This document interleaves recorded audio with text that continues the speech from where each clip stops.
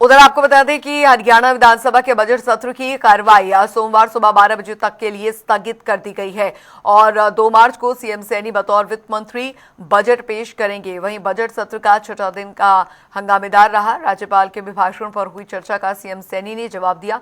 इस दौरान वंदे मातरम पर सदन में भारी हंगामा भी देखने को मिला। सीएम ने कहा कि कांग्रेसियों ने मुस्लिम लीग के सामने दरअसल घुटने टेके हैं, जिस पर कि कांग्रेस ने विरोध किया और सदन से वॉकआउट कर दिया। वहीं सदन में धान खरीद और कथित घोटाले पर भी तीखी बहस हुई। प्रश्नकाल के बाद शून्यकाल में कांग्रेस विधायक अशोक अरोड़ा ने विशेष ध्यानाकर्षण प्रस्ताव रखा और आरोप लगाया कि ये बड़ा घोटाला है जो बिना राजनीतिक संरक्षण के संभव ही नहीं है। इसके बाद आदित्य सुरजेवाला, आदित्य देवीलाल और बीबी बत्रा ने भी गंभीर सवाल उठाए। कांग्रेस ने धान घोटाले पर सीबीआई जांच की मांग की। मुख्यमंत्री नायब सिंह सैनी ने जवाब देते हुए कार्रवाई का पूरा ब्यौरा रखा। सीएम सैनी ने कहा कि धान घोटाले में सरकार ने तुरंत कार्रवाई की और ये घोटाला नहीं, खामी रही है। जो खामियां मिली अभी सभी पर तत्काल कार्रवाई की गई। बता दें कि अब 2 मार्च को सीएम नायब सिंह सैनी बतौर वित्त मंत्री बजट पेश करेंगे। अध्यक्ष जी सदन में और सदन के बाहर भी एक ही बात कहते हैं हमारे विपक्षी साथी कि सरकार हर मोर्चे पर फेल है। यही बात बोलते हैं कि सरकार हर मोर्चे पर फेल। माननीय अध्यक्ष जी, हम इनकी आलोचनाओं से विचलित होने वाले नहीं हैं। माननीय अध्यक्ष जी, मैं कहना चाहता हूं, मैं एक शेर सुनाना चाहता हूं कि वे सूरज को ढकने की कोशिश तो कर जाते हैं, वे सूरज को ढकने की कोशिश तो कर जाते हैं, पर सच की रोशनी को रोक कहां पाते हैं। माननीय अध्यक्ष जी, हम काम करने वाले हैं। आदरणीय नरेंद्र मोदी जी के नेतृत्व में गति से काम कर रहे हैं। माननीय अध्यक्ष जी, हम काम करने वाले हैं, हमने काम किया भी है और आगे भी हम 3 गुना गति से इस कार्य को आगे बढ़ा रहे हैं। माननीय अध्यक्ष जी, इसीलिए प्रदेश की जनता ने, हमारे विपक्षी साथी कह रहे थे भाई इसी कारण 2014 के बाद नॉन स्टॉप तीसरी बार माननीय अध्यक्ष जी हरियाणा प्रदेश की जनता ने नरेंद्र मोदी जी के नेतृत्व में डबल इंजन में विश्वास व्यक्त किया है। तीसरी बार नॉन स्टॉप सरकार दी है। काम किया है माननीय अध्यक्ष जी, बातें नहीं की है, काम किया है। आज उसकी चर्चा देश का, प्रदेश का हर नागरिक कर रहा है। माननीय अध्यक्ष महोदय, अभिभाषण पर 4 दिन तक चर्चा रही। हमारे विपक्ष के कुछ सदस्यों ने बड़ी बड़ी हवाई बातें करी। माननीय अध्यक्ष जी, निराधार आरोप भी लगाए।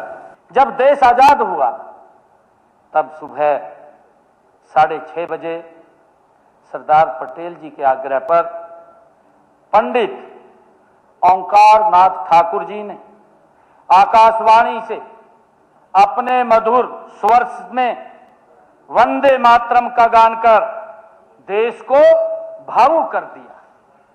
माननीय अध्यक्ष जी, 24 जनवरी 1950 को संविधान सभा की अंतिम बैठक में वंदे मातरम को राष्ट्रगान के बराबर सम्मान देते हुए इसे राष्ट्रीय गीत घोषित किया गया। माननीय अध्यक्ष जी, हम सब जानते हैं कि वंदे मातरम की यात्रा जितनी गौरवपूर्ण है उतनी ही संघर्षपूर्ण भी ये यात्रा रही है।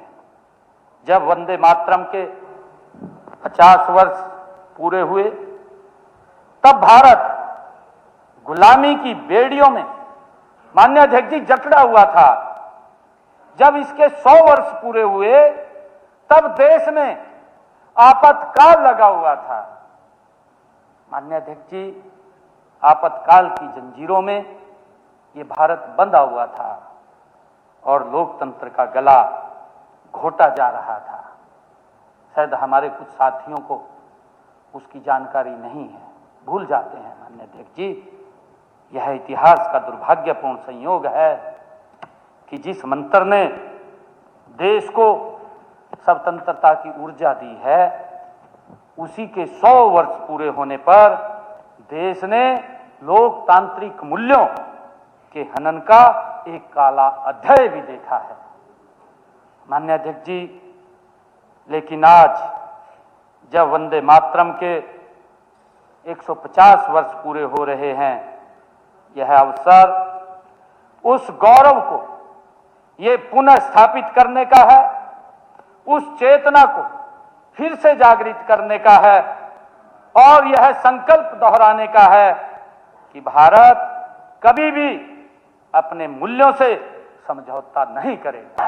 देश का दुर्भाग्य था कि 26 अक्टूबर को कांग्रेस ने वंदे मातरम पर समझौता कर लिया और वंदे मातरम के टुकड़े कर दिए।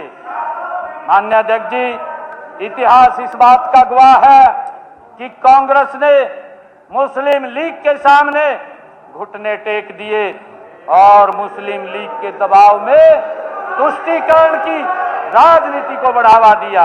आरोप लगाया गया कि मोदी सरकार ने मनरेगा में बदलाव कर दिया। इसके ऊपर बड़ी चर्चा भी हुई, मैंने जवाब भी दिया इसके ऊपर। माननीय अध्यक्ष जी, मैं बताना चाहूंगा, देश के यशस्वी प्रधानमंत्री नरेंद्र मोदी जी के नेतृत्व में केंद्र सरकार मनरेगा को प्रभावी बनाने के लिए वीबीजी रामजी कानून लेकर के आई, जिसके ऊपर चर्चा भी हुई और उसके अंदर वॉकआउट भी ये कर गए। क्योंकि उसके ऊपर मैं ज्यादा नहीं बोलना चाहता, क्योंकि वॉकआउट करके चले गए थे, इन्होंने सुना नहीं, अब भी नहीं सुना, अब भी वॉकआउट करके चले गए। क्योंकि जो आरोप तो लगाना सुलभ है, परंतु उसको सुनना, कि उसका जवाब अगर सुनेंगे तो बड़ा दुर्लभ है, सुना नहीं जाता। माननीय अध्यक्ष जी, इनके पास ये तो ऊपर से हवाई बातें करके निकल जाते हैं। माननीय अध्यक्ष जी, इन्होंने एक और आरोप लगाया। पिछले कुछ दिनों से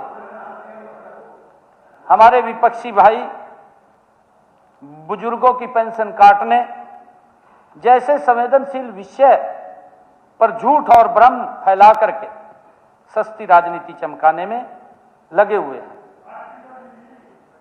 माननीय अध्यक्ष जी, ये कह रहे हैं कि सरकार ने बुजुर्गों की पेंशन काट दी, बुजुर्गों के हक पर डाका डाल दिया। चलो, वो मुख्यमंत्री अगर बोल रहे हैं वो उनकी जिम्मेवारी, अपनी जिम्मेवारी पे बोल रहे हैं, अगर वो कहेंगे तो ठीक है। सीएम साहब। माननीय अध्यक्ष जी, झूठ शब्द अनपार्लियामेंट्री नहीं है, अनपार्लियामेंट्री शब्द नहीं है झूठ। चलिए सीएम साहब, आप अपना जवाब जारी रखिए। सीएम साहब, आप अपना जवाब जारी माननीय अध्यक्ष जी, मैं पूरे विश्वास के साथ कहता हूं,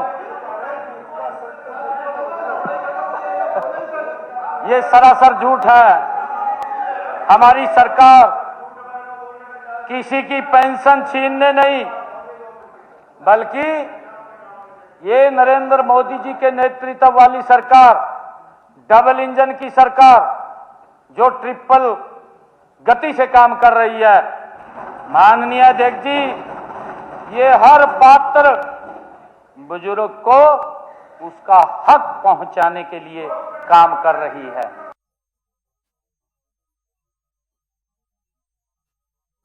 विधानसभा के बजट सत्र के आज की कार्यवाही में राज्यपाल के अभिभाषण पर धन्यवाद प्रस्ताव रखा गया था और मेरे साथ हरियाणा की पूर्व कैबिनेट मंत्री और कांग्रेस की वरिष्ठ विधायक गीता भुक्कल जी हैं। मैम, आज जो वो प्रस्ताव, जो धन्यवाद प्रस्ताव वो रखा गया था, किस तरीके से आप देखते हैं?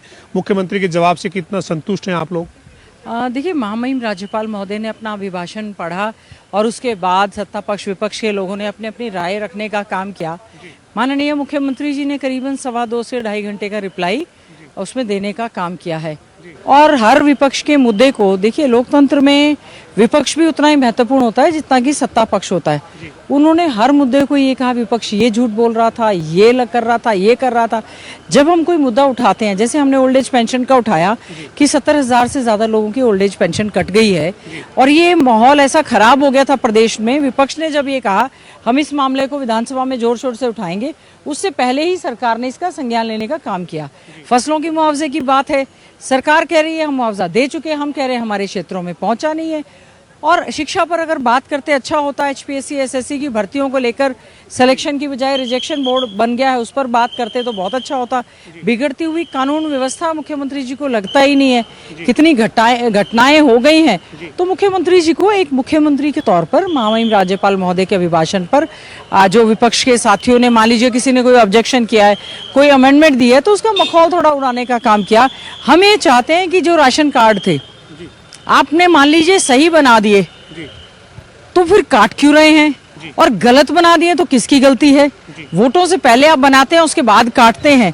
और हम ये चाहते हैं फ्री में बेनिफिट्स देने की बजाय, रेवड़ियां अनाज मुफ्त में बांटने की बजाय लोगों को रोजगार देने का आप काम करें।